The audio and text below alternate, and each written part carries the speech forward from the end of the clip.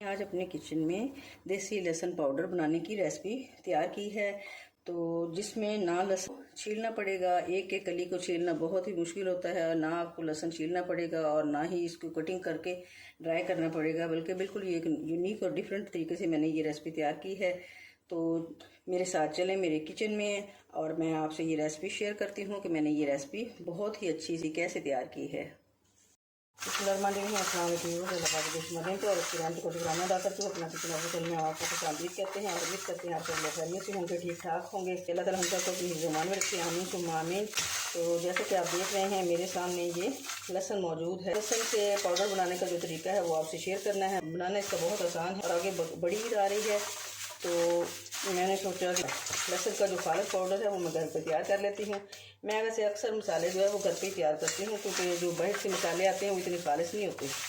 तो सबसे पहले जी मैंने कलियाँ इनकी लहसुन की अलग की हैं और इस तरह डंडियाँ और ये वाला हिस्से पार्ट अलग कर लिए हैं।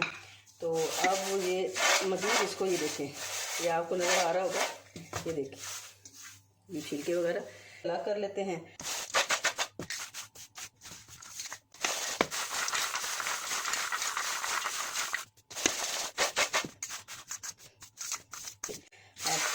जैसे जैसे हम लहसुन को इस तरह मसलते जाएंगे काफ़ी तादाद में छिलके जो हैं इनसे अलग हो जाएंगे। तो अब हम इसको चॉपर में करते हैं जी चॉप, और ये आसान तरीन तरीका है इसका जो है पाउडर बनाने का।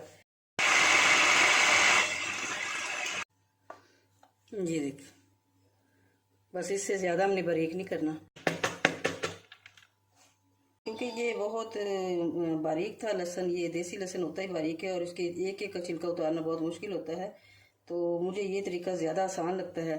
तो हाथ से मसल के जो छिलके हमारे उतर सकते थे हमने उतार लिए हैं। अब बाकी जो हैं इसके साथ ही हमने इसको चॉपर में ग्राइंड कर लिया है। अब जी छत पे चलते हैं और एक बड़ी सी शीट के ऊपर इसको फैला देंगे और उसके ऊपर डालेंगे जी ये मलमल का कपड़ा, और ताकि हमारा लहसुन का जो तैयार होने वाला पाउडर है मक्खी मच्छर और मिट्टी से महफूज तैयार।